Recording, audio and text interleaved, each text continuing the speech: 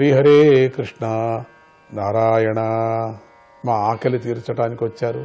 మేము కూడా అందరూ శరీరంతో ఉన్నాం కదా, ఆకలి అవుతుంది కదా, ఆకలి తీర్చడానికి వచ్చారు. ఎంత అదృష్టవంతులో. మీ ఆహారాన్ని తీసుకున్నానంటే మీరు ఎప్పుడు నా యందు నిరంతరమైనటువంటి భక్తి గలవారుగా ఉన్నారు. ఈ ఆహారం తయారు చేయటంలో కూడా నన్నే మీరు అనుకున్నారు కాబట్టి అంతా నేను తీసుకుంటున్నాను.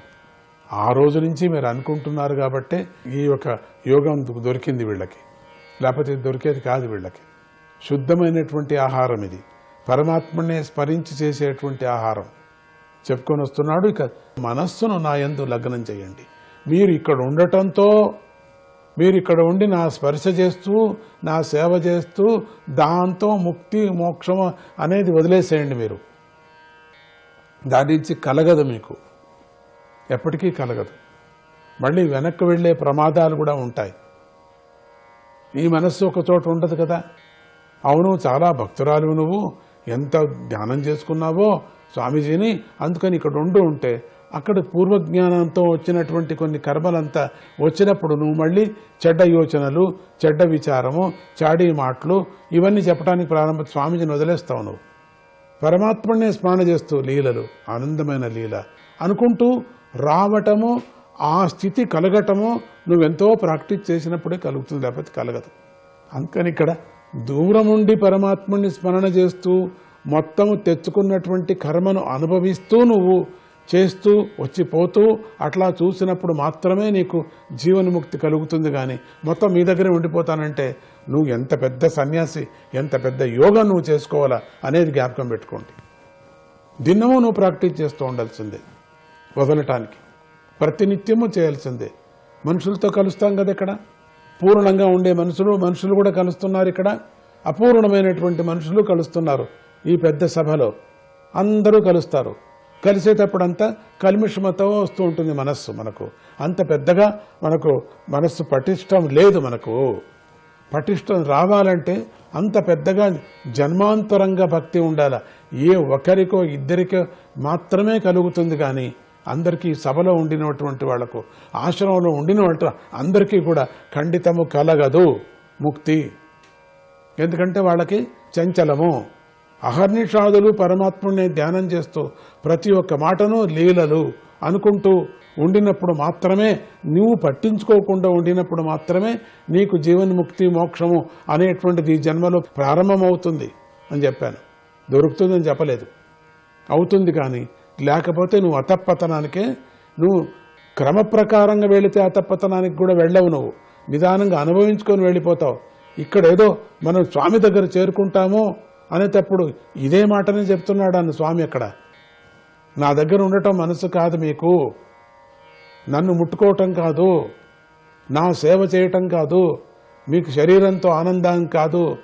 ఇక్కడ శరీరాలతో మీరు పోరాడతారు, దాంతో ఆనందం మీకు నిలుసదు, రాదు. ఇక్కడ మనసులోనే మీరు ఆనందాన్ని నింపుకోండి, నన్ను ధ్యానం చేయండి. ఇక్కడ ఉన్నప్పుడు మనసులో మీరు ధ్యానం చేయలేరు. ఫిజికల్గా చూస్తున్నారు కాబట్టి ధ్యానాన్ని వదిలేస్తారు, పూజను వదిలేస్తారు. అదే కొంచెం దూరం ఉండి వచ్చినప్పుడు ప్రతినిత్యము అష్టోత్తరం చేస్తావు, ప్రతినిత్యము వ్రతం చేస్తావు, ప్రతినిత్యము కాకడార్తి చేస్తావు, అన్నీ చేస్తున్నావు, అన్నదానాలు చేస్తున్నావు, హనుమాన్ చాలీసులు చేస్తున్నావు, అప్పుడప్పుడు వచ్చి దర్శనం చేసుకొని రిపోర్ట్ వచ్చి చెప్పి వెళుతున్నావు. ఇది మోక్షానికి ఒక దారి, మంచిది. ఇది నువ్వు కర్మను ఆచరిస్తూ దాన్నే పరమాత్ముడి మీద లగ్నం చేసి ఆ కర్మనంతా కూడా దాని మీద చేయకుండా యంత్రంగా చేస్తూ, ఇవన్నీ యంత్రం, ఇదంతా ఇచ్చినటువంటి కర్మ, తెచ్చుకున్నటువంటి కర్మ కాబట్టి మనం దీన్ని ఎవరూ మోసుకోలేరు కాబట్టి దీన్ని చేయాల్సిందే ఈ కర్మను అని చేస్తూ మనస్సుని పరమాత్ముడి మీద లగ్నం చేయటం. అదే అండి సేవ అంటే. ఇక్కడుండి సేవ చేస్తానంటే కొన్ని తప్పులు చేయటము చాలా సహజంగా ఉండిపోతుంది. కొత్త కొత్త విచారాలతో తప్పులు చేసి కొత్తగా ఇంకొక జన్మలో పాడటం. ఏంటంటే నేను ఇక్కడుండి దేవుణ్ణి చూస్తూ, దేవుణ్ణి నేను అనుకుంటూ ఇక్కడుండి నాకు మళ్ళీ వెనక్కి వెళ్ళిపోయినానంటే నీ మనస్సు కారణం. అది నువ్వు చేశావు. ఇక్కడ అన్నీ పట్టించుకున్నావు, అన్ని దాంట్లోనూ కలిగించుకున్నావు, అన్ని దాంట్లోనూ చంచలమైంది నీకు. అయితే ఏం చేయాలా? ఏం చేయలే. నన్ను చూస్తున్నారు, మీరు నన్ను చూశారు, ఆహారం ఇచ్చారు, ఇప్పుడు మీ కర్తవ్యాన్ని మీరు చేయండి. ఇప్పుడు మీకు కర్తవ్యం ఇచ్చాను ఒకటి. పూర్వం మీరు తెచ్చుకున్నటువంటిది ఇచ్చాను, నేను ఇచ్చింది కాదు, మీరు తెచ్చుకున్నటువంటిది మీకు మీకే వచ్చింది. అది మీరు దాన్ని పూర్తిగా చేయాలని. పూర్తి చేసినప్పుడే అన్ని ధర్మాలు త్యాగం చేసినట్టు అవుతుంది.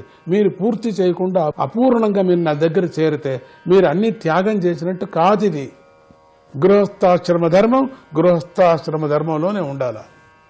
లేకపోతే ఇక్కడే ఒక దగ్గరలో ఒక గృహం చేసుకో, ఆ గృహంలో గృహధర్మాన్ని చేస్తూ నన్ను ఎప్పుడు తలుచుకుంటూ ఉండు అని కొంతమందికి నేను అది చెప్తూ ఉంటా మాటలు. మీరు వెళ్ళండి, నాకు శ్రేయస్సు, నా మాట విన్నారని చెప్పి అక్కడ వెళ్ళిన తర్వాత నా మీదనే లగ్నం చేయండి. మీరు అన్నారు కదా అన్నీ వదిలేశామని, నా మీదనే లగ్నం చేయండి, త్వరగా నన్ను పొందుతారు. నన్ను అంటే మనస్సును నాయందు లగ్నం చేయండి అని, పూర్తిగా నాయందే లగ్నం చేయాలి. మీరు ఆ కర్మను చేస్తూ ఉన్నప్పటికి కూడా నేను కర్మకు అంటుకోలేదు అనాల.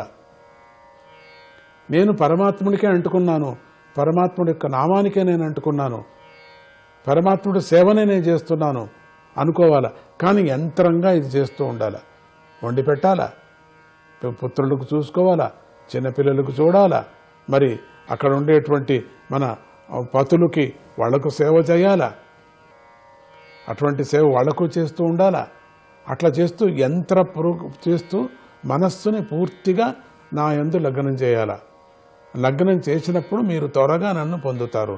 ఇదే మాట ఇప్పటికి కూడా మనకు అదే మాటనే, శ్రీకృష్ణుడు చెప్పినటువంటి మాటనే మనం కూడా ఇప్పుడు అనుకోవాలి. మనం కూడా అదే విధంగా ఆచరించుకోవాలా. అందుకని అన్నీ వదిలేసి ఆశ్రమం వచ్చి చేరుకుంటే వెనక్కి వెళతారు. మీరు వెనక్కి వెళ్ళకోకుండా ఉండాలంటే చాలా గట్టిగా ఉపాసన చేయాలి. అటువంటి వాళ్ళు నా దగ్గర చాలా మంది ఉన్నారు, చూస్తాం. శ్రీహరే కృష్ణ నారాయణ.